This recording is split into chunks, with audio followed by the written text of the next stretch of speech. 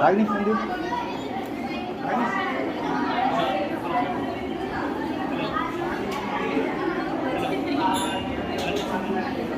Hello hello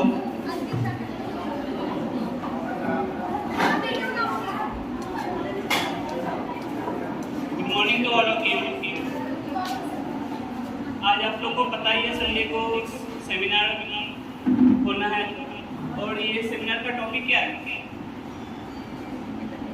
बताओ topic क्या है? आप लोग को शायद इन्फॉर्म किया गया होगा। किस लिए आप लोग यहाँ पर आए हो? कोई बताएगा?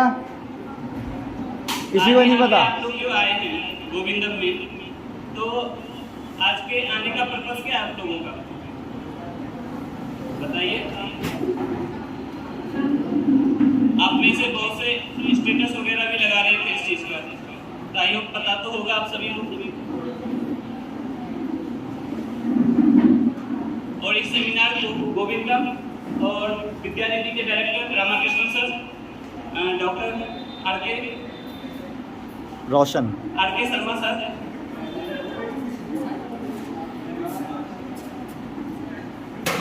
और उनके साथ एक मैम भी है, ठीक है। तो हम लोग मिलकर के आप लोग के लिए एक सेमिनार लेके आए हैं।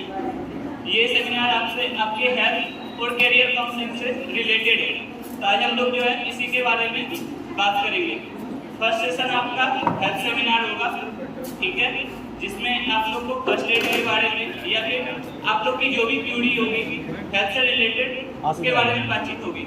देन सेकंड सेशन होगा, उसमें रामाकृष्णन सर और एक सुशील सर हैं जो कि ब्रिलियंट आईटीआई स्किल सेंटर से हैं, तो वो कैरियर काउंसलिंग पे सेमिनार लेंगे। तो आप लोग से रिक्वेस्ट है कि आप लोग इस सेमिनार को केयरफुली सुनिए और आप लोग इसमें पार्टिसिपेट कीजिए। अपने साइड से जो भी क्वेश्चंस हो, इवन हेल्थ से रिलेटेड या फिर कैरियर से रिलेटेड, ठीक है, तो आप उस पर क्वेश्चन पूछ सकते हैं, ठीक है।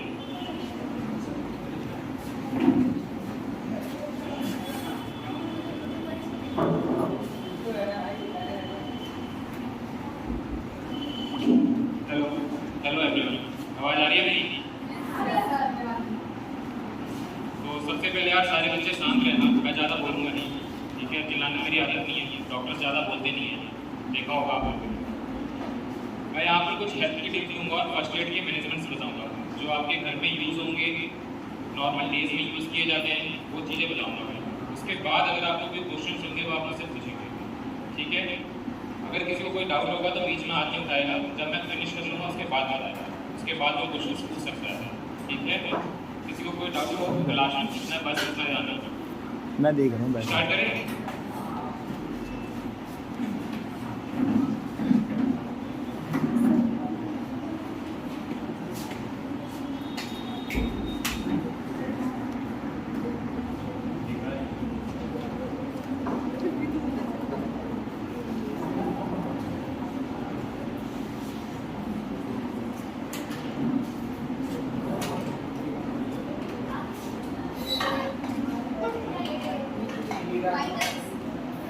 हाँ, वाइटल्स कोई जानता है वाइटल्स क्या होते हैं?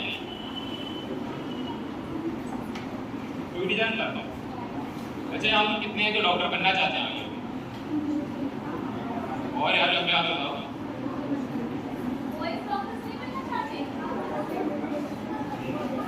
और उठाओ यार।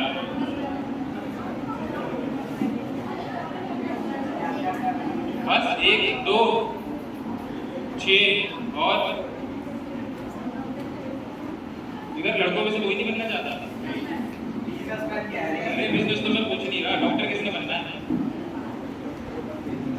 बस लड़कियों को बनना है, लड़कों को कोई इंटरेस्ट नहीं है। क्यों भाई, नहीं दिया कोई अच्छा सा आंसर देगा? डॉक्टर तो यार काफी रिस्पेक्टफुल जॉब है, फिर क्यों नहीं करनी? चलो ठीक है, मैं वाइटल्स बताता हूँ। वाइटल्स वो ऑर्गन होते हैं हमारी बॉडी के जिसके बिना हम मर जाएंगे। अगर वो ऑर्गन्स हमारे ठीक से फंक्शन नहीं कर रहे तो मर जाएगा इंसान। तो ऐसे कौन कौन से ऑर्गन है, कोई बताएगा? देखो ज़्यादा टाइम वेस्ट नहीं करेंगे, और भी सेमिनार है ना।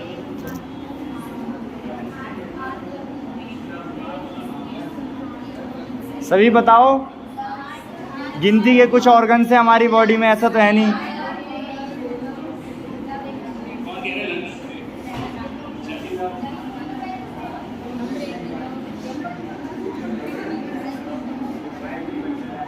जिनको नहीं दिख रहा वो अपनी कुर्सी लेके आगे आ सकते हैं, छोटे छोटे लोग। तो जिसने भी लंच बताया वो खड़ा हो जाए, खड़े हो जाओ जिसने लंच बताया। क्यों लंच क्यों है हमारा वाइटल वाला? ठीक है, अगर हम सांस लेंगे तो मर जाएंगे। बहुत अच्छा, आपका क्या मतलब है?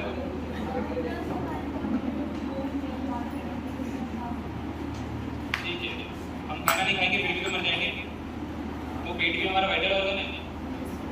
नहीं है।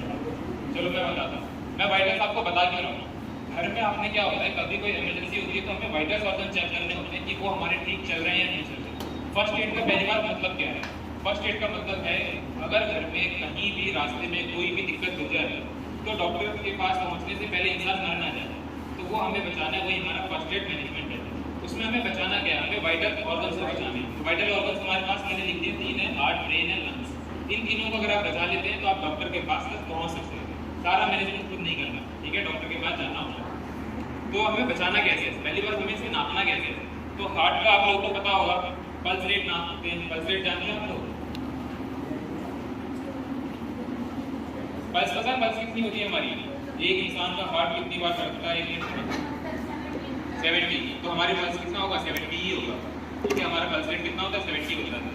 इसके बाद बीपी जानता है कोई नहीं? कितना होता है बीपी? हाँ हाँ खड़े होके बोलो, खड़े हो जाओ यार, जल्दी जल्दी करेंगे। एक बच्चा बोल रहा है 120 से 80। कितना? 120 से 80। बहुत अच्छा, 130-80 भी ठीक है, 120-80 भी ठीक है। और कोई? गूगल करके बता रहा है।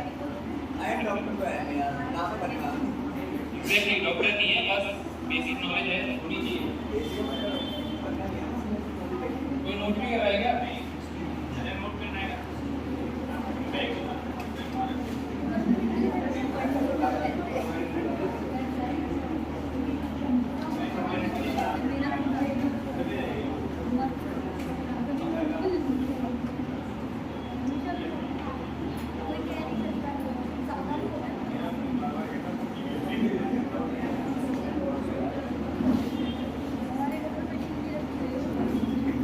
चलो आगे बढ़ते हैं, ठीक है। ब्रेन के लिए हमें नापने के लिए हमारे पास कुछ भी नहीं है, घर पे हमारे पास कुछ नहीं है जो हम ब्रेन की एक्टिविटी को नाप सके। तो हम ब्रेन को नहीं नापते, हम सीधा लंग्स पे आते हैं। लंग्स पे हम क्या नापते हैं? SpO2। SpO2 क्या होता है, कोई जानता है? कुछ नहीं होता, ये ऑक्सीजन का सैचुरेशन लेवल होता है हमारी बॉडी में, यानी हमारी बॉडी में ऑक्सीजन का कितना लेवल है, कितना होना चाहिए? 94 से 99% तक होना चाहिए। अगर हमारी बॉडी में 94 से 99% तक ऑक्सीजन है, इसका मतलब हमारी बॉडी ठीक से काम कर सकती है। तो ये कुछ वाइटल ऑर्गन्स के पैरामीटर्स हैं, ये आप चेक करें। अगर 1% में ठीक है, इसका मतलब वो बिल्कुल ठीक है, वो 1 घंटे 2 घंटे सर्वाइव कर सकता है, वो डॉक्टर के पास जा सकता है। ये नापते कैसे हैं? हर घर में बीपी मशीन होगा, हर घर में पल्स ऑक्सीमीटर होगा। पल्स ऑक्सीमीटर पता है? कोविड के बाद तो सबको पता होगा, नहीं पता होगा तो लिख लो इन चीज़ों को और अपने फर्स्ट एड में ऐड करना है। मैं लास्ट में आप लोग को बताऊंगा कि फर्स्ट एड के अंदर क्या क्या होना चाहिए।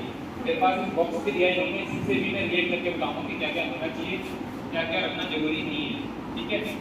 तो बीपी के लिए बीपी एपरेटस होता है हमारे पास। बीपी को क्या बोलते हैं, कोई जानता है? क्या? नहीं नहीं, इसका नाम क्या, मेडिकल नेम क्या है? इस इंस्ट्रूमेंट को क्या बोलते हैं? इस इंस्ट्रूमेंट से इसको नापा जाता है। मैं बता देता हूँ, स्पिग्नोमैनोमीटर कहते हैं, ठीक है। जिन्हें लिखना है लिखो, फिर बाद में गूगल करके इसकी स्पेलिंग करने का। मैं स्पेलिंग नहीं लिखूंगा, स्पिग्नोमैनोमीटर। उसके बाद पल्स अगर आपने ले लिया तो SpO2 एंड पल्स नाप लीजिए, किसी नाते से पल्स ऑक्सीमीटर कहते हैं, ये भी रखना है। और तो अच्छा, तो सोच सकता है तो ब्रेन की एक्टिविटी को नापना है तो उसे कैसे नापेंगे? कोई भी या लड़का तुमका जवाब दो। चलो कोई नहीं, मैं बताता हूँ। अगर किसी की ब्रेन की एक्टिविटी को नापना है तो उसकी एक्टिविटी नाप सकता है, यानी वो कितना एक्टिव है, वो कैसे चल रहा है, कैसे बोल रहा है, हमसे कुछ पूछ रहे हैं वो बात कर रहा है कि नहीं कर रहा है, ये ब्रेन की एक्टिविटी को नापना कहते हैं। बट फिर भी इसके लिए कोई मशीन नहीं बनाई गई, क्योंकि कोई भी बंदा इसे फेक कर सकता है ना। अगर हम किसी से नाम पूछ रहे हैं, वो चाहत के विलिंगनेस भी वो फेक कर सकता है, वो बोलेगा कि नहीं मैं मेरे को समझ नहीं आ रहा, हम नहीं पहचान सकते, इसलिए कोई मशीन बनाई नहीं है। कुछ हाई लेवल की मशीन बनाई है, वो आपके यूज में नहीं है, वो वो फर्स्ट एड में आती नहीं है, उसमें मैं बताऊँगा नहीं, ठीक है। अब कुछ टॉपिक्स लेते हैं जिनके ऊपर मैं डिस्कस करूँगा।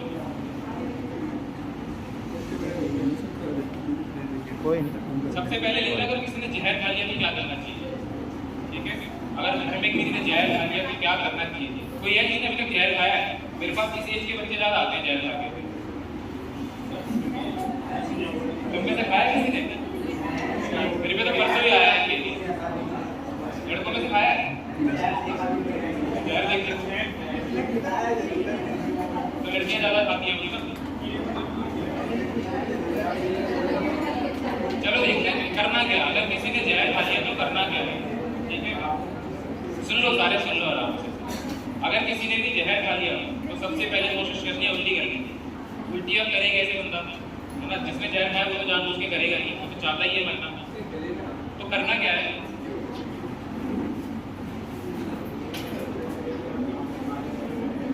कोई मेरी ड्राइंग है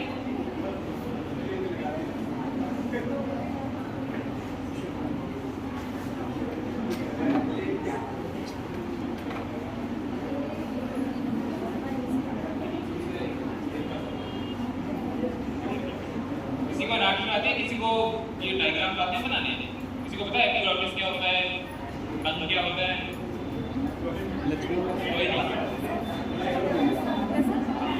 देख के बना दे।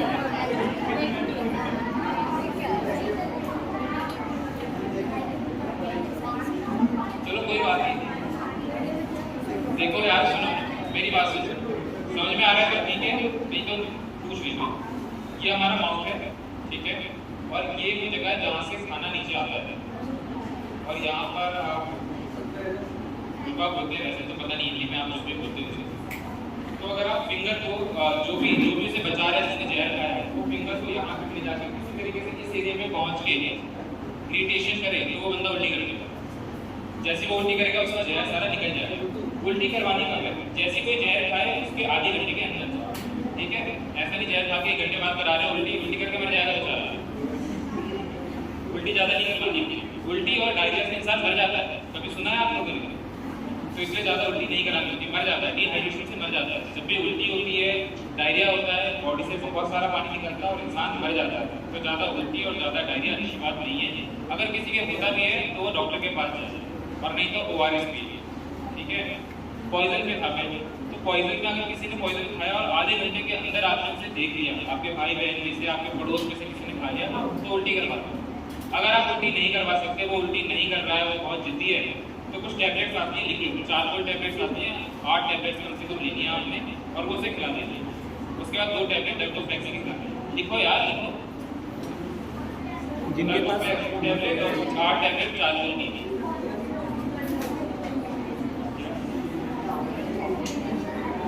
ये कुछ लाइफ सेविंग हो गई।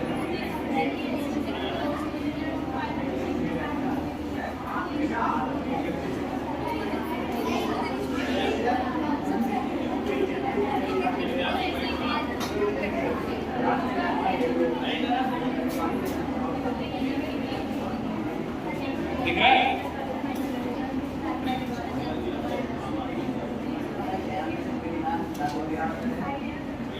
ये सबने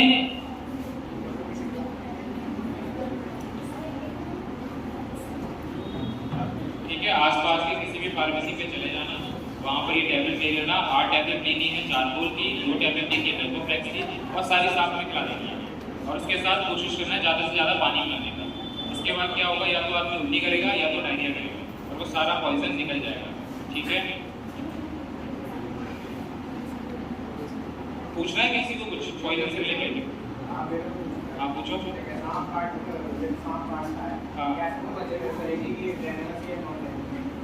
कैसे सारे सांप? अच्छा, क्या होगा कि जैसे कोई वेनेमस काटता है तो वो बोलना और चलना बंद कर देगा, उसके जो सीएनएस है वो डिप्रेस हो जाएगा। सीएनएस का मतलब ब्रेन जो है वो डिप्रेस हो जाएगा। डिप्रेस होने के बाद वो ना ठीक से बोल पाएगा, ना ठीक से चल पाएगा, कुछ दूरी पे आएगा और वो गिर जाएगा। समझ जाना वेनेमस से। अगर वो आता है कहता है डॉक्टर साहब बहुत दर्द हो रहा है मेरे को, मुझे सांप ने काट लिया, मैं मर जाऊँगा, तो उसको कुछ नहीं होने वाला, क्योंकि अगर किसी जहर वाले सांप ने काटा है तो वो इतना भी नहीं पाएगा, ठीक है। और सेकेंड एक और बहुत अच्छा तरीका है, आप लोग नहीं कर सकते, बट अगर उसका खून कहीं पर गिर गया है तो वो खून जमेगा नहीं। कोई भी वेनेमस स्नेक जो होता है वो जब काटता है तो उसका खून नहीं जमता, खून पानी हो जाता है। अगर वो कहीं क्लॉट नहीं करता, आप उसका हाथ काट के अगर खून बाहर निकाल देंगे तो वो खून नहीं जमेगा, वैसा का वैसे ही रहेगा। तो समझ जाना वेनेमस है, मरा ही आया। और कुछ पूछना किसी दिन? फिर हम नेक्स्ट टॉपिक पे आएंगे, ठीक है। उसके बाद नोज ब्लीड पे आते हैं।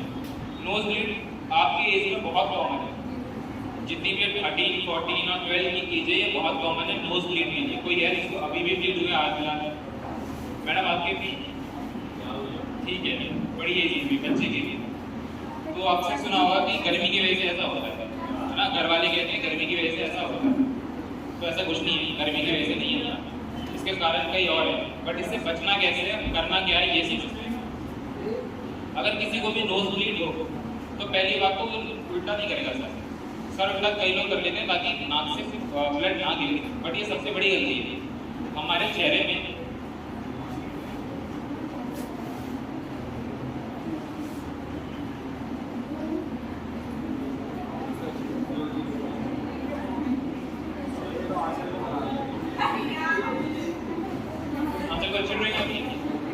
चलो समझो ये हमारा फेस है और यहाँ पर एक ट्रायंगल होता है जिसको कहते हैं डेंजर ट्रायंगल।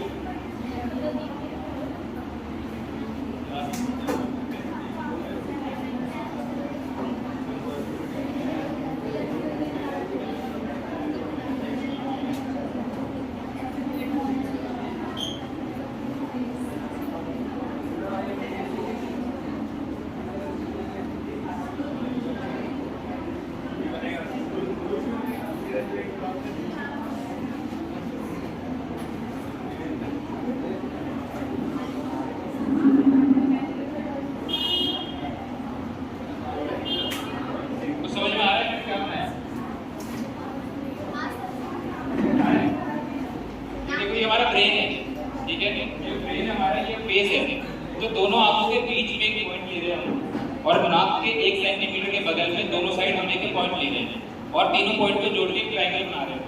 इस ट्रायंगल में ऐसा होता है, इस ट्रायंगल के पीछे हमारे पास कोई बोन नहीं है, कोई मसल्स नहीं है और ये बोन सीधा बनता है ब्रेन है।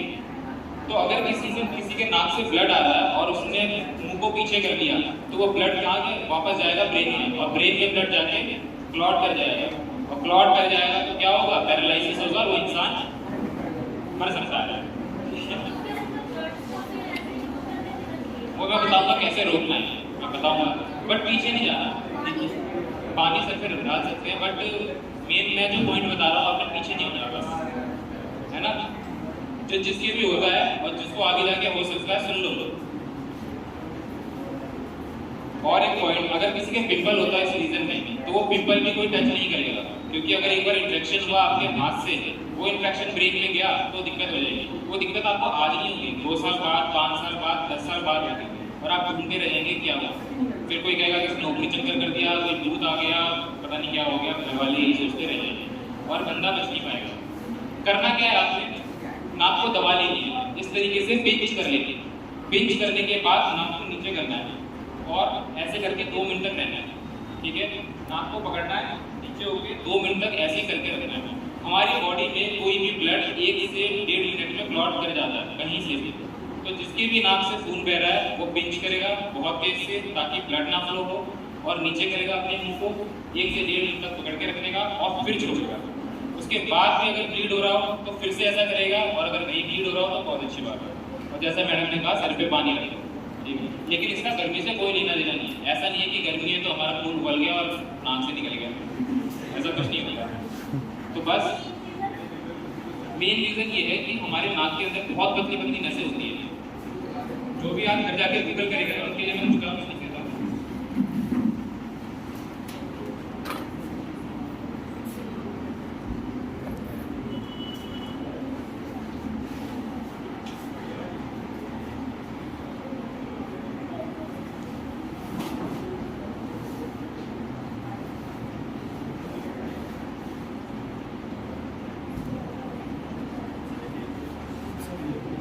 हमारी नाक के अंदर ऐसे नसें होती हैं, ऐसी बहुत छोटी छोटी सी नसें हैं। जो लोग नाक में ज़्यादा उंगली करते हैं ये नसें हैम्पर हो सकती हैं, पंचर हो सकती हैं, और अगर वो नहीं भी करते तो भी ये बंचर हो सकती है।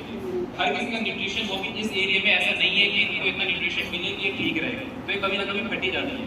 वीक बच्चों में ऐसा ज़्यादा होता है, तो जब ये फटती है तो हमारा नोज ब्लीड होता है। अगर इसे दबा लें तो कुछ देर में क्लॉट कर जाएगा। इस नेटवर्क को क्या कहते हैं? ऑरोफ्लेक्स कहते हैं। लिख लो, गूगल करना, और चीज़ें समझ में आएंगी।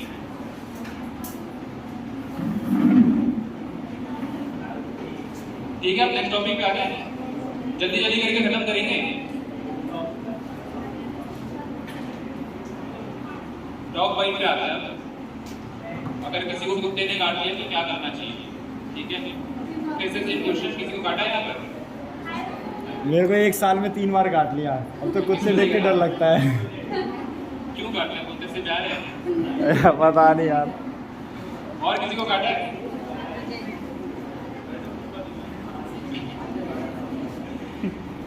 ठीक है, मेरी बात सुनो। अगर कभी भी कुत्ते ने काट लिया तो क्या करना है? डिपेंड करता है कि कुत्ते ने काटा क्या है। अगर कुत्ते ने सिर्फ दांत लगाए हैं तो कोई बात नहीं, सीधा डॉक्टर के पास चले जाना है। अगर कुत्ते ने मांस निकाल लिया तब क्या करना है आपको? तो अगर कुत्ते ने मांस निकाला है आपका तो घर जाना है, पहले से धोना है। किससे धोना है? किसी भी साबुन से, किसी भी नॉर्मल साबुन से, रिन साबुन ले लेना, माइक्रोवेव ले लेना, कोई सा भी साबुन ले लेना और उसे 10-15 मिनट तक धो लेना। चाहे दांत लगे हो, चाहे उसमें मांस निकाला हो, चाहे आपकी हड्डी दिख रही हो, रोना नहीं है, धो लेना है। ठीक है, 10-15 मिनट धोने के बाद फिर जाना कहीं पर। ऐसा क्यों करना है? क्योंकि कुत्ते के दांत में बैक्टीरिया बहुत होते हैं। ठीक है, बहुत सारे बैक्टीरिया होते हैं जो हम जानते भी नहीं। हम ह्यूमंस ने इतना डिस्क्राइब नहीं, हमने देखा ही नहीं है। हम इतना और इतने सारे फालतू काम करते हैं कि हमने बैक्टीरिया के ऊपर स्टडी ही नहीं कर रखी थी। तो बहुत सारे बैक्टीरिया ऐसे जिनका हमें इलाज भी नहीं पता। तो इसलिए क्या है, सबसे पहले घर जाना है, धोना है, 15 मिनट तक धोते रहना, चाहे कोई सा भी साबुन, चाहे कितना भी फास्ट साबुन, 15 मिनट तक धोने के बाद फिर जाना है किसी डॉक्टर के पास। और जब किसी का मांस निकल गया तो वहाँ टाके नहीं लगवाने। कभी भी किसी भी कुत्ते ने काटा हो वो टाके नहीं लगवाएगा। यहाँ पर ऐसा होता है कि झोलक साहब जितने भी क्लिनिक हैं वो टाके लगा देते हैं, उनको इतनी नॉलेज नहीं है। टाके लगाने से क्या होता है कि वो बैक्टीरिया अगर ग्रो कर जाते हैं, वो एरिया सड़ जाता है और आपको वो ऑर्गन ही, वो एरिया ही काटना पड़ता है। अगर आपके पैर है तो पैर काटना पड़ेगा, हाथ है तो हाथ काटना पड़ेगा। ठीक है, तो कोशिश करें पहले तो झोला साहब से बचने की, फिर दूसरी कोशिश करें कि ये मैनेज करके देंगे इससे खुद, और फिर किसी एमबीबीएस डॉक्टर के पास जाए। तो करना क्या है, पहले तो धो लेना है अच्छे से, 15 मिनट धोने के बाद जाना है, टेटनस का इंजेक्शन लेना है। टेटनस का इंजेक्शन क्यों लेते हैं पता है? बोलो, वो ये खड़े हो गए बोल, ऐसे पता नहीं चलता।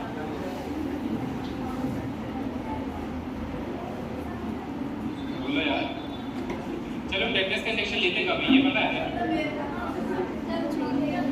खड़े हो गए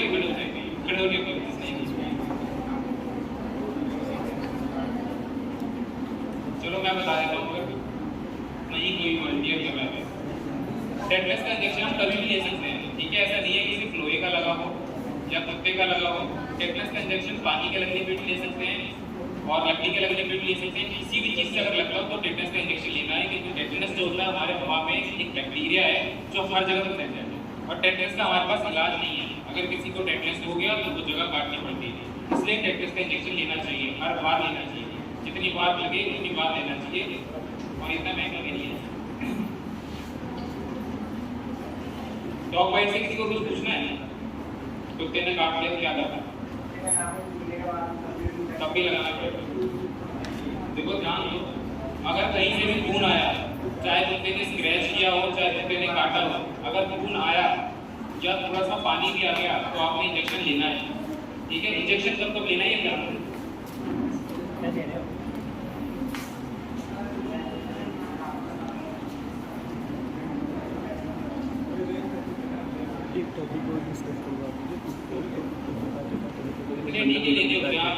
कुत्ते के काटने से, ठीक है, क्या हुआ, अभी राम सर को कुत्ते ने काटा था तो वो किसी डॉक्टर के पास गए थे और उन्होंने इंजेक्शन दिए थे। तो ये पूरे डोज नहीं दिए उन्होंने सिर्फ 2 या 3 ही डोज दिए और फिर छोड़ दिया।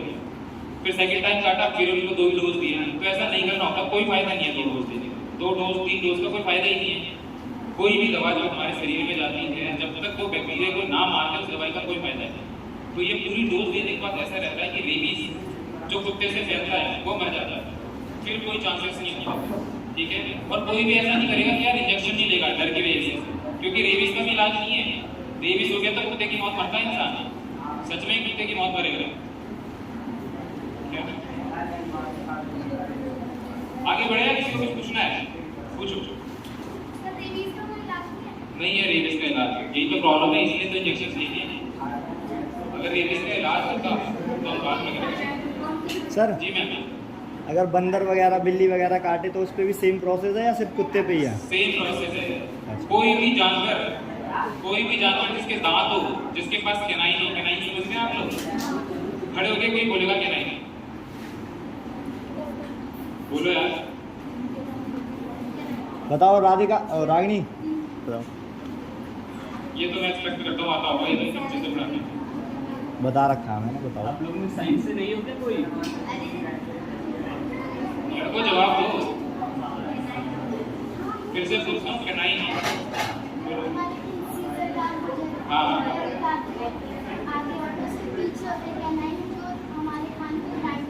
ग्राइंड करते हैं, बहुत अच्छा।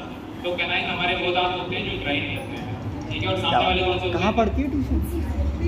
और उसके मेरे बाद पास सारे बता दो, सारे बता दो, सारे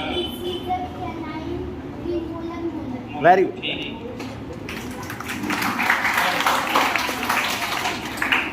हमारे पास कितने दांत होते हैं?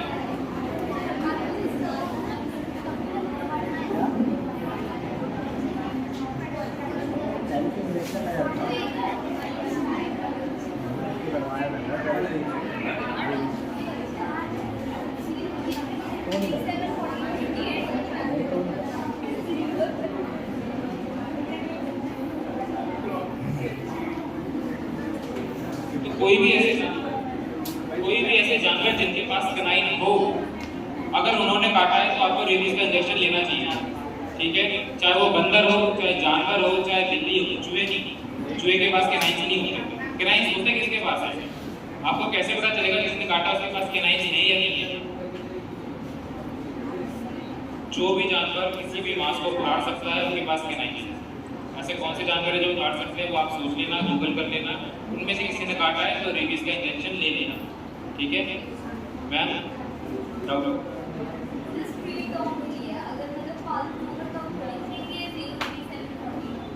अगर पालतू डॉग ने काटा है और पालतू को लगा के इंजेक्शन को लेने के लिए होंगे, या तो आप कुत्ते को लगा लो या तो आप खुद के लगा। अच्छा एक तरीका और है, अगर आपको किसी कुत्ते ने काटा है तो आप उस कुत्ते को देख 10 दिन तक देख लो, अगर वो कुत्ता मर गया तो आप सेफ हैं, ठीक है। या मैंने उल्टा बोल दिया, अगर वो कुत्ता मर गया तो आप सेफ नहीं है। क्यों? क्योंकि कुत्ते को भी रेबीज हो गया। रेबीज कुत्तों में नहीं होता, रेबीज एक इन्फेक्शन है जो कुत्तों से ज्यादातर फैलता है। तो अगर आपको काटने के बाद कुत्ते को अगर रेबीज हो गया, कुत्ता मर गया, तो इसका मतलब आप खतरे में हैं और आपके साथ पूरा हो सकता है। हाँ नहीं, जिनके पास भी कैनाइन है, जो भी ऐसे जानवर जो मांस काट सकते हैं, चाहे वो शेर क्यों ना हो, बिल्ली भी। और ये बिल्ली ने काट लिया, शेर ने काट काटने से ही होता है, जैसे मतलब कुत्ते के हम पास रहते हैं वो हमें टच करता है, उससे ही फैलता है। टच करने से, चाटने से नहीं होता, ठीक है। सुन लो, मैंने शांत हो गया। कुत्ता तो किसी को भी काट सकता है, ये तो अच्छे सुन लो। देखो चाटने से नहीं होता, नाखून मारने से हो जाता है। अगर आपकी बॉडी से किसी भी तरह का लिक्विड या खून निकल गया तो आपको इंजेक्शन लेना है, टेटनस के साथ लेना है, ठीक है। और उस जगह को धोना है। खड़े हो जाओ बेटा, खड़े हो जाओ, क्योंकि टेटनस हर जगह है। टेटनस का इलाज नहीं है, रेबीज का इलाज नहीं है। अगर हमने उसका इंजेक्शन नहीं लिया और आगे जाके हम रेबीज से तो बच गए, टेटनस अगर हो गया तो मरना ही है। कुत्ते ने काटा है, कुत्ते के दांत में भी टेटनस है, आपके दांत में भी टेटनस है, हवा में भी टेटनस है, पानी में भी टेटनस है। टेटनस हर जगह है। आप गूगल करिएगा टेटनस दिखता कैसे, दिखता भी नहीं है, वो तो बहुत छोटे छोटे हैं। टेटनस हर जगह फैले हुए हैं और हर जगह फैले होने की वजह से कहीं भी अगर कट लगता है किसी भी कारण से, चाहे वो लकड़ी से, चाहे लोहे से, चाहे पानी से, आपने टेटनस का इंजेक्शन लेते हैं। अपनी सेफ्टी के लिए हमेशा लेते हैं, ठीक है। एक्सीडेंट में तो सबसे पहले टेटनस। हाँ बेटा, सांप काट ले तो कैसे बचे?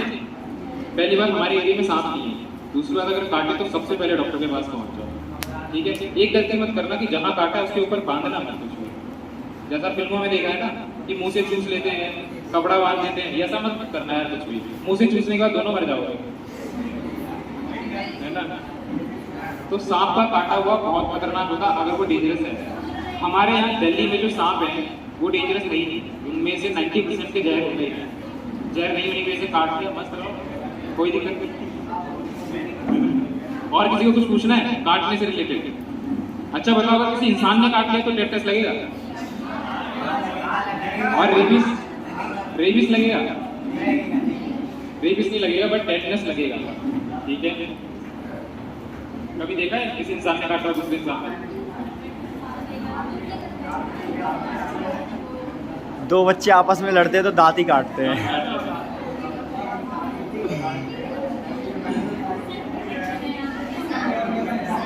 हाँ जी।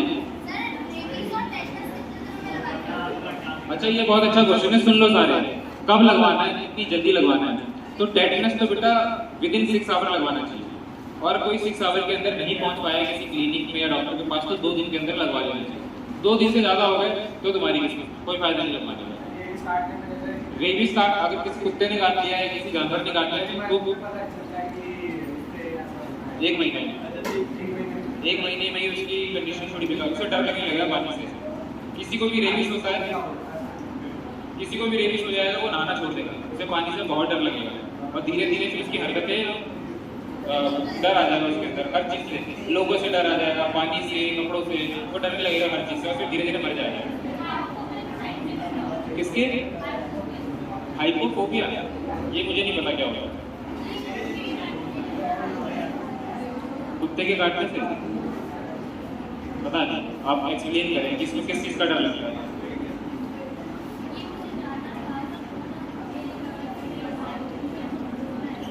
देखो, फोबिया का मतलब होता है डर, किसी भी चीज़ का डर को फोबिया होता है। हाइपो का मतलब होता है कम, हाइपोफोबिया का मतलब है कम ऐसा। तो इसलिए आप कुछ और पूछना चाहते हैं? कुत्तों से भी डर लगने लग जाता है? जिसको रेबीज है उसे तो डर लगेगा, वो तो नहाने से भी डरेगा, कपड़े पहनने से भी डरेगा। कितने महीने में ये रिजल्ट था? मतलब 1 महीने में। एक महीने के बाद ऐसा कुछ नहीं हो रहा तो ठीक है, ठीक है। फिलहाल तो मैं डर गया। 1 महीने के अंदर किसी को अगर सिम्टम्स नहीं आते हैं तो वो ठीक है, मगर फिर भी इंजेक्शन ले लेंगे यार, क्योंकि अगर किसी को 1% भी अगर किसी को हो गया तो उसे नहीं बचाया जा सकता। हॉस्पिटल में बहुत से ऐसे लोग आते हैं जिनको देख के फिर दया भी आती है, बट उन्हें नहीं बचा सकते, वो मर जाते हैं, इसलिए ले लेना इंजेक्शन। एक महीने बाद ले सकता है इंसान? नहीं, रेबीज का नहीं बताया मैंने। हाँ? रेबीज अगर किसी को कुत्ते ने काट लिया, सुनो, तो 1 दिन के अंदर इंजेक्शन लगवा लेना, 1 दिन से ज़्यादा मत करना। लेकिन अगर कोई लेट होता है तो 2 दिन बाद भी, 3 दिन बाद भी लगवा लेना, लेकिन महीने बाद नहीं। पूछो, डिपेंड करता है। अगर उस कुत्ते को इंजेक्शन लगे हैं तो आपको लगवाने की जरूरत नहीं है, अगर उस कुत्ते को इंजेक्शन नहीं लगे तो आपने लगवाना है ना। जो भी कुत्ते पालते हैं वो कोशिश करो कुत्ते को लगा लो इंजेक्शन। यस मैम, पूछिए। उसको रेबीज हुआ तो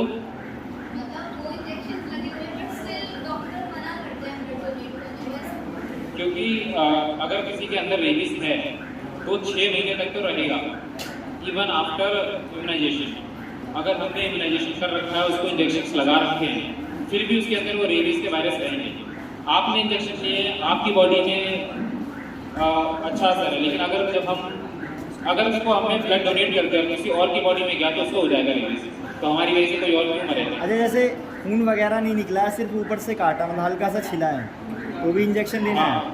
अगर छिलाई तो लगवाना चाहिए। सुन लो सारे, सुन लो यार, मैं कह रहा हूँ ना, मैं चिल्लाऊंगा नहीं। अगर छिलाए तो भी लेना है। नेक्स्ट टॉपिक पे आ जाए। यस। अब आते हैं, अगर कोई खाना खाते खाते अगर उसके खाना फंस गया है, गले के अंदर अगर खाना फंस गया है, इसको चोकिंग बोलते हैं। अगर किसी को चोकिंग हो गई तो वो कैसे बचेगा? तो वो क्या करना है? चोकिंग में तो इतना टाइम भी नहीं होता कि वो हॉस्पिटल में जा सके। तो इसको सॉल्व करने से पहले ये समझते हैं कि हम बिना ऑक्सीजन के कितनी देर तक रह सकते हैं। किसी को कोई आइडिया है इंसान बिना ऑक्सीजन के कितनी देर तक जिंदा रह सकता है? किसी को भी आइडिया? बोलो। बहुत अच्छा। और 1 मिनट तक तो रोक लेते हैं साहब, स्कूल में खेला होगा। और कोई बोलो 10 मिनट तक ठीक है। और कोई है? चलो ठीक है, मेरी बात सर सुनो। मेरा एक क्वेश्चन और है हाँ, कि ब्लड टेस्ट वगैरह करके पता कर सकता है कि इंसान रेबीज का मतलब इसके अंदर वायरस है या नहीं है? नहीं कर सकते, ब्लड टेस्ट से नहीं कर सकते। अच्छा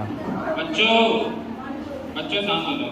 यार 3 बार काट लिया है ना, थोड़ा डर सा लग रहा है अब। नहीं है भाई, नहीं है। वैसे किसी का इंजेक्शन खाना नहीं खाता क्या? चलो बहुत अच्छा है। रोज खाना खाने के बात करते हो, खाना खाने में बातें करते हो। चलो एक चीज समझा रहा हूँ समझो से।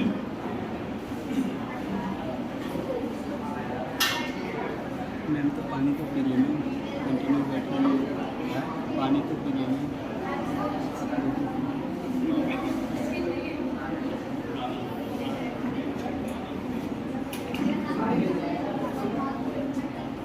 थोड़ी देर में पानी गर्म हो जाएगा।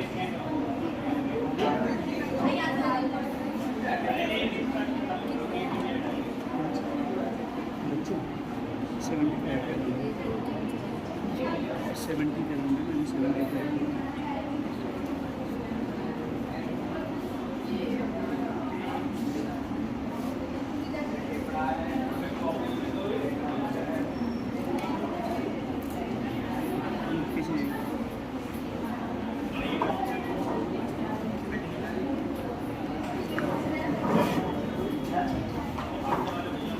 देखो सब मेरी तरफ देखिए एक बार। लकी एंट्री तो कर दे।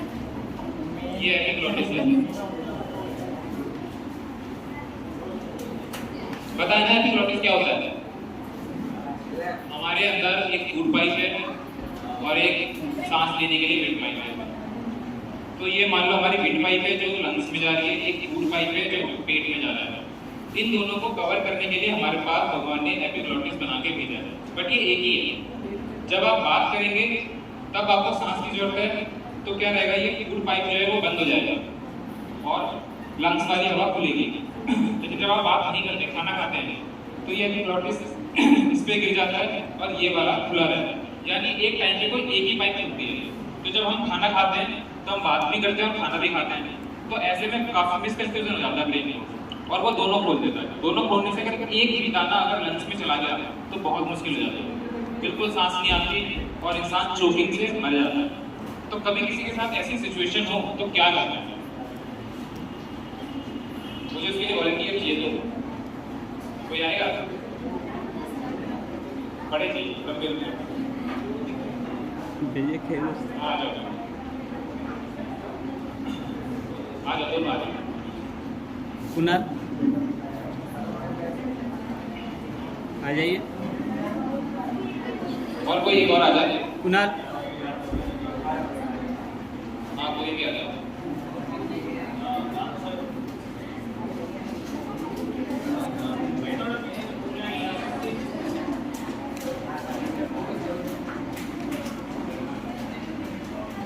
देखो ये हमारा पेट है, तो ये जो पेट है ये यहाँ से हमारे फूड पाइप और पेट पाइप दोनों से कनेक्ट है।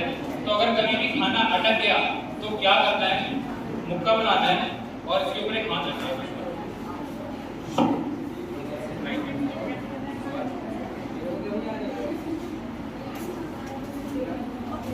ये हाथ पेट के ऊपर रखना है। अब पता है पेट कहाँ होता है? मेरी बात सुनो, जहाँ भी लंग्स है, लंग्स के जस्ट नीचे है। जैसे इनके ये लंग्स है, इसके जस्ट यहाँ नीचे है, यहाँ पर दबाना है। दबाना कैसे, मैं वो सिखा रहा हूँ, ठीक है? हर किसी ने देखा होगा, यहाँ पीछे से पकड़ते हैं और दबाते हैं तो निकल जाता है, बट दबाना कैसे वो समझो।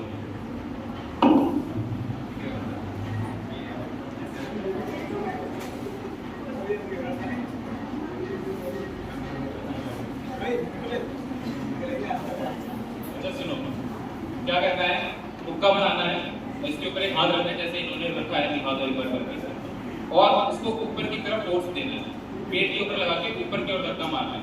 ये इतना पेट है तो आप अंदर की ओर दे देना, अंदर नहीं देना, ऊपर देना है। ये बंदा खुद नहीं कर सकता, कोई दूसरा ही करेगा। तो ऐसे, हाँ ऐसे करके ऊपर की ओर फोर्स देना है, ठीक है? दोनों करके नहीं दिखाएंगे वरना आप लोग शोर करने लगेंगे। ठीक है, तो क्या करना है, मुक्का बनाना है, उसके नीचे हाथ रखना है और एक ऊपर की ओर फोर्स लगाना है, ऐसा 2 से 3 बार करना है, उसके बाद छोड़ देना है। अगर निकल गया तो बहुत अच्छा, नहीं निकला तो 1 मिनट का रेस्ट देना है, फिर से करना है ऐसा, ठीक है। ऐसे फिर से 1 बार में निकल जाता है, बैठ जाओ। ऐसा होता क्यों है? देख लो बच्चों, देख लो, अगर आप यहाँ पर फोर्स लगाएंगे ना तो यहाँ की जितनी भी एयर है ये ऊपर की ओर फोर्स लगाएगी और खाने को ऊपर की ओर धकेलेगी और निकल जाएगा खाना। पूछना ही समझे किसी को कुछ? हाँ बेटा पूछो।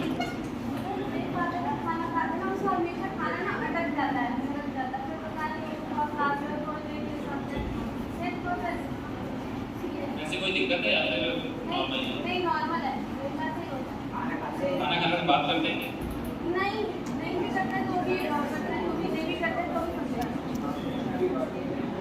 पानी पी खाने के बीच में पानी पी तो जब भी खाना खाते हैं ना तो बीच में पानी चूचा सिर्फ ले लेते हैं, तो उनको ऐसा नहीं है। और किसी को कुछ पूछना है पूछो।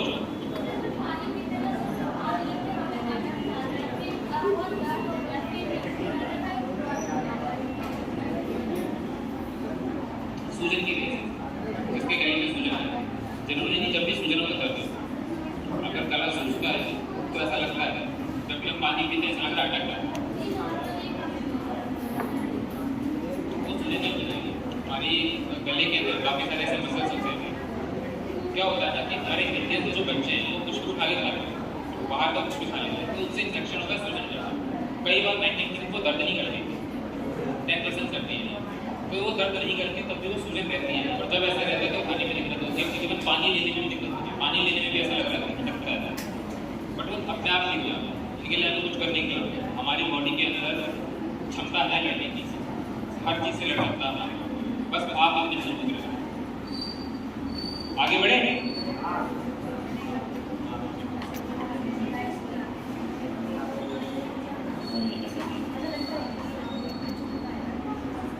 ज़्यादा मत नहीं, ऐसा होता है, ऐसा होता है। बेटा आप पूछो। चबा के खाना चाहिए, अगर ना खाओ तो आपको पेट में दर्द होगा, वो खाना आपके डाइजेस्ट नहीं होगा। डाइजेस्ट मतलब कि जो भी आपने खाया उससे न्यूट्रिशन नहीं मिलेगा। सबसे ज़्यादा प्रोटीन किसमें होता है? कौन से खाने में सबसे ज़्यादा प्रोटीन होता है? खड़े होके बोलो, ऐसे पता नहीं चलता, बोलो बेटा। सोयाबीन सबसे सही आंसर है, सोयाबीन में सबसे ज़्यादा प्रोटीन होता है। कितना होता है? 71 ग्राम होता है उसमें, ठीक है। तो अगर आपने सोयाबीन बिना चबाए खा लिया तो जो 71 ग्राम उसके अंदर प्रोटीन था वो नहीं मिलेगा, उसकी जगह आपको 10 या 15 ही मिलेगा, क्योंकि वो टूटा ही नहीं है ना। पेट के अंदर तो हमारे दांत हैं जो उसे तोड़ेंगे थे, तो वो टूटेगा नहीं, तो अब्जॉर्ब नहीं होगा। इसलिए चबा के खाना चाहिए। जब भी हम चबा के खाते हैं तो हेल्दी रहते हैं, और खाना कम खाओ, ठीक है, कम खाना खाना चाहिए। जैसे भर मत देना। बिहार से कितने लोग हैं यहाँ पर? कौन कौन है बिहार से?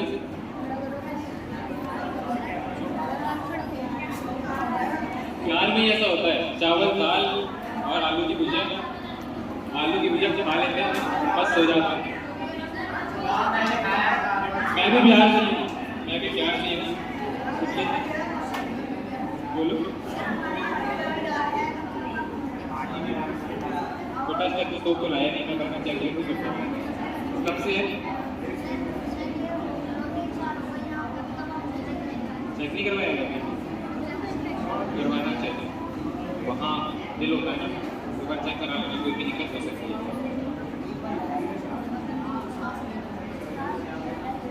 बड़े आगे बढ़े। अब बढ़ते हैं बर्न की ओर। अगर घर में किसी के चल जाए कुछ, या जितनी गर्मी हो रही है बाहर चल जाए तो क्या करना है? इसके बाद फिर हमारा एक लास्ट टॉपिक है, फिर हम बंद करेंगे, ठीक है। Q&A वगैरह करेंगे इसके बाद। हाँ बोलो। मुँह से सांस लेते हैं, जिनका नाक ब्लॉक होता है ना, मुँह से सांस लेते हैं।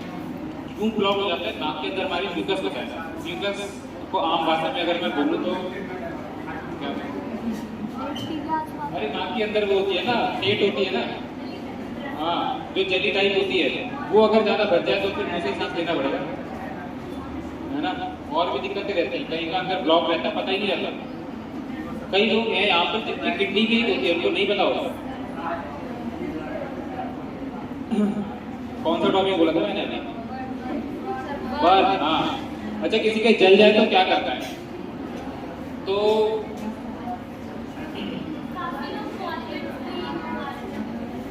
कोई नहीं करता। चलो सुनो, अगर किसी के कहीं भी जल जाए, किसी भी एरिया में जल जाए तो उसको कॉलगेट तो नहीं लगाना है, ठीक है, ना ही पानी डालना है। क्यों नहीं डालना समझो। अगर आपने कॉलगेट लगाया या पानी लगाया तो वो पानी उस जलन के अंदर भर जाएगा और उसके बाद इन्फेक्शन बनाएगा और वो पस बन जाएगा। और जब आपका वो घाव ठीक होगा तो वो उसमें निशान पड़ा रहेगा, ऐसे जिंदगी भर वो निशान रहेगा। तो करना क्या है, अगर हम कॉलगेट नहीं लगा सकते तो क्या कर सकते हैं? छोड़ देना है। जलन होगी, बहुत ज्यादा जलन होगी, छोड़ देना है। बरनॉल ले लेना है, बरनॉल लगा लो या एलोवेरा का जेल लगा लो।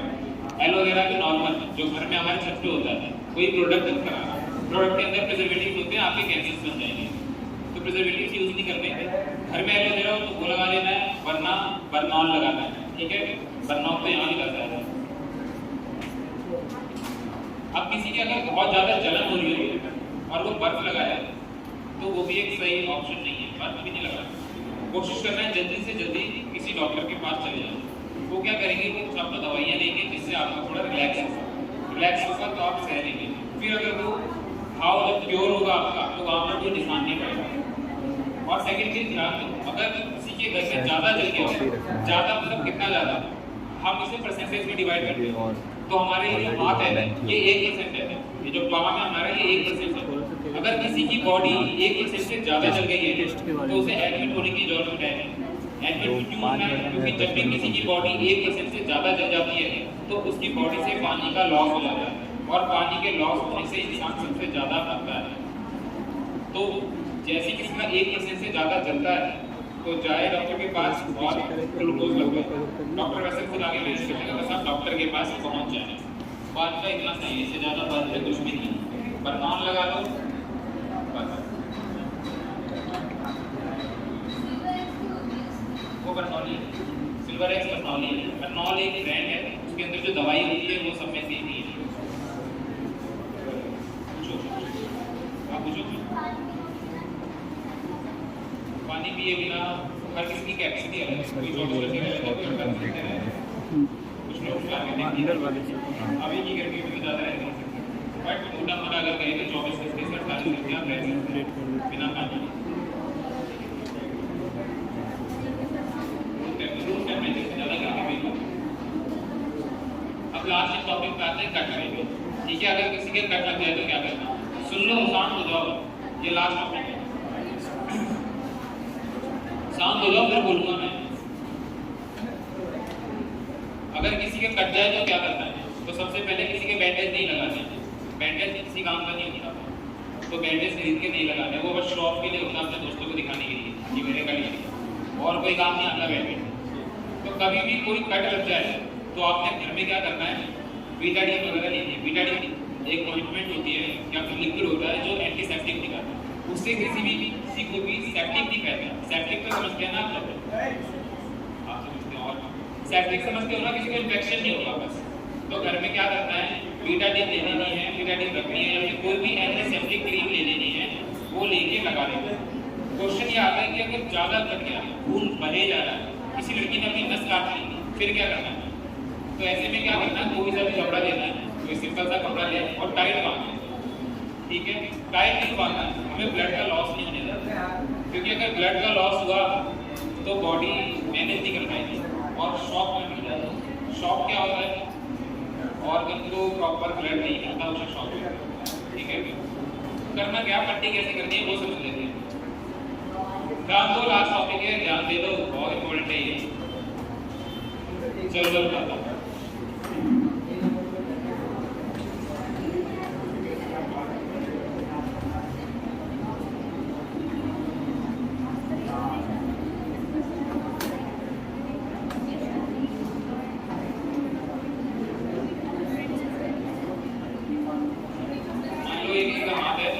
और इसके यहाँ कट लग गया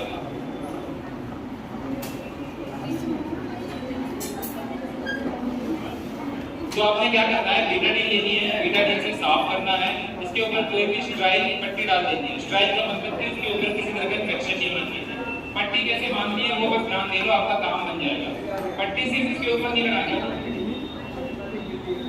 पट्टी आप कभी भी लगाते हैं तो चोट के 2 सेंटीमीटर के रेडियस में लगाएं, ठीक है। बस इतना आपने ध्यान देना है, कहीं भी कोई चोट लग जाए और जब उसमें आप पट्टी लगा रहे हैं तो यहाँ अगर कटे तो उसके 2 सेंटीमीटर आगे भी लगाना है, 2 सेंटीमीटर पीछे भी लगाना है। इससे आप इन्फेक्शन से बचते हैं। बस इतना ध्यान देना, अगर किसी को कट लग जाए और अगर किसी के ज़्यादा खून हो रहा है, ज़्यादा खून निकल रहा है, तो पट्टी बहुत तेजी से बांध के जल्दी से किसी डॉक्टर के पास पहुँचे, क्या पता टाँका मारना पड़ जाए, ठीक है। क्या नहीं करना है, हाथ लटका के नहीं चलना, जितना लटकाओगे उतना खून बहेगा। और जो भी डाउट है कट में पूछो।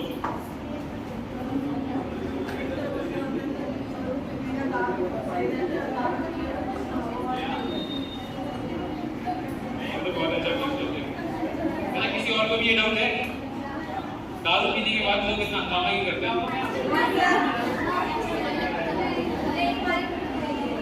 नहीं डाउट नहीं, किसी को ऐसा डाउट इसका मतलब सही के साथ होगी।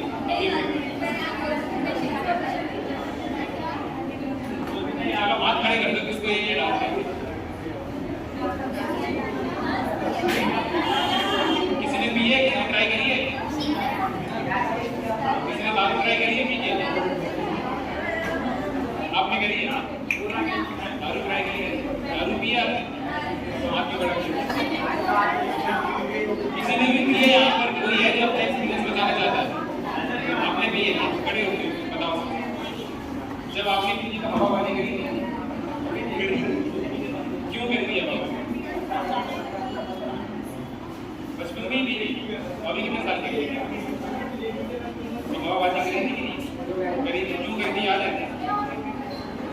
चलो समझते हैं कि ऐसा क्यों होता है।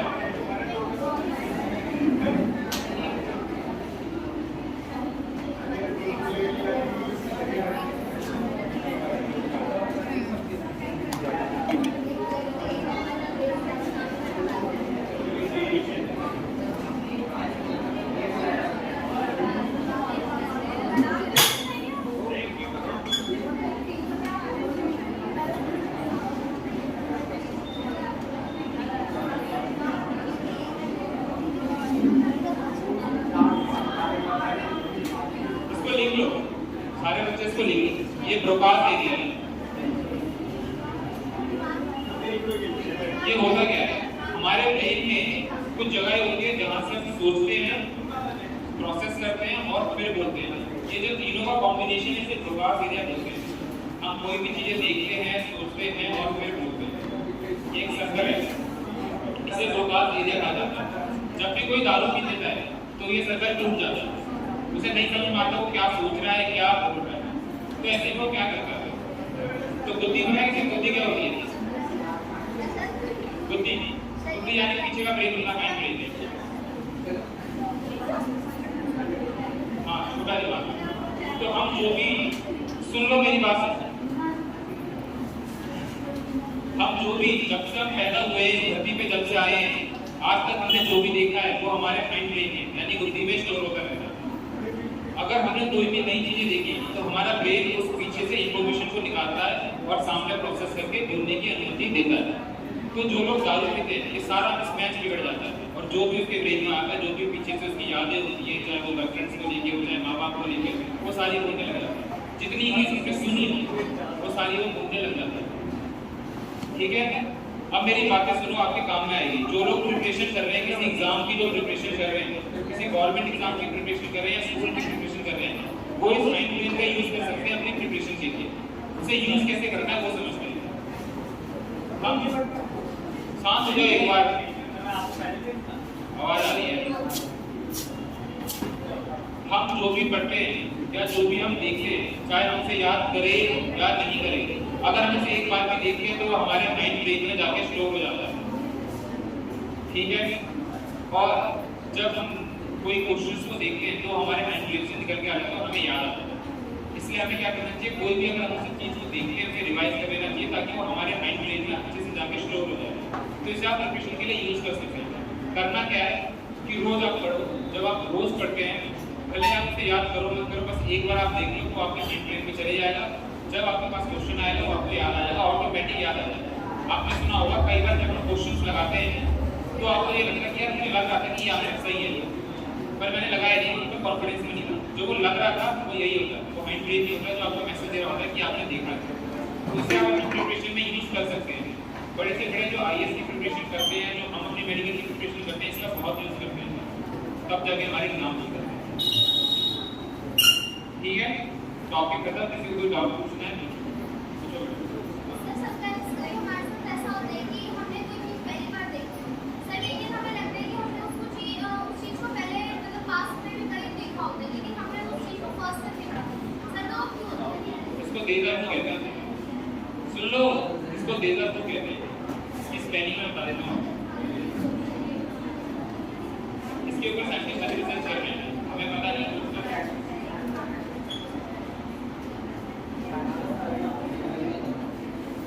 ये भी इग्नोर हो गया। कुछ साइंटिस्ट आए, उन्होंने बोला कि हमारे पिछले जन्म का ये है। कुछ साइंटिस्ट आए, उन्होंने बोला जो हम सपने में देख लिया रियल में देख लिया ये उसका कंफ्यूजन है। कुछ आए, उन्होंने बोला कि हम बहुत सारी चीजें होती है जो देख के इग्नोर कर देते हैं, इस वजह से हमें ऐसा लगता है कि हम यहाँ पर आए हैं। बस हम एक हमारा ब्रेन जो है नकली फिक्शन सी दुनिया में आता है और हमें सामने प्रेजेंट करता है, इसलिए हमें ऐसा लगता है। बट एक्चुअल में किसी को नहीं पता ऐसा क्यों होता है। तो इसको एक जवाब दे दिया गया बेजा हूँ, इसका मतलब हमें नहीं पता ये नहीं होता।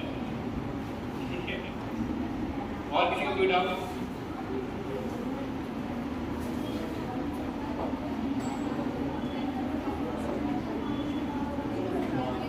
सारे टॉपिक खत्म हो चुके हैं। अगर किसी को कुछ पूछना है तो पूछ लो। हीट स्ट्रोक सुन लो फिर सारे। हीट स्ट्रोक क्या होता है पहले ये समझ में आता है सबको? बच्चों शांत हो जाओ। मैडम एक बार ओ हेलो, या तो चलो बाहर या शांत हो जाओ। हीट स्ट्रोक को समझो क्या होता है। गर्मी की वजह से अगर आपकी बॉडी से पानी निकल जाए, चाहे वो पसीने के थ्रू या यूरिन के थ्रू, उसे हीट स्ट्रोक कहते हैं। अभी की जो गर्मी है 45 डिग्री 48 डिग्री, उससे बहुत पसीना आता है, पंखा चल रहा है फिर भी पसीना आ रहा है। कई लोग क्या होता है पढ़ने की वजह से या किचन में बैठे रहने की वजह से, काम की वजह से पानी नहीं पीते, और पानी नहीं पीने की वजह से क्या होता है शरीर के अंदर पानी की कमी हो जाती है। अब पानी की कमी होने से नुकसान क्या है? हमारी बॉडी के अंदर जितने ऑर्गन्स हैं उस ऑर्गन्स को पानी चाहिए ही चाहिए अपना काम करने के लिए। ठीक है, सेल्स पढ़ा है आप लोगों ने, आपने 10th क्लास में पढ़ा होगा। तो सेल्स जो होता है वो अपना खाना कैसे बनाता है? पता है, जैसे पत्ते फोटोसिंथेसिस करते हैं उस तरीके से सेल्स भी अपना खाना बनाते हैं ना। कैसे बनाते हैं?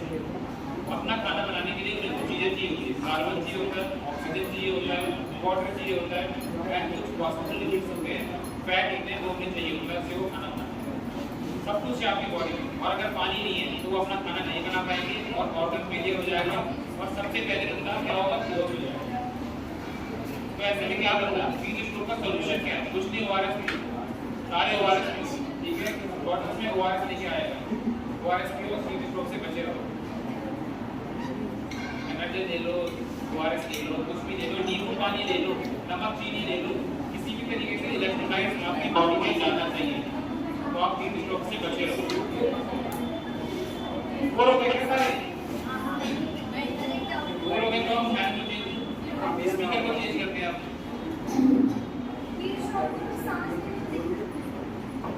मैं एक्चुअली क्या है कि जब भी किसी को स्ट्रोक आता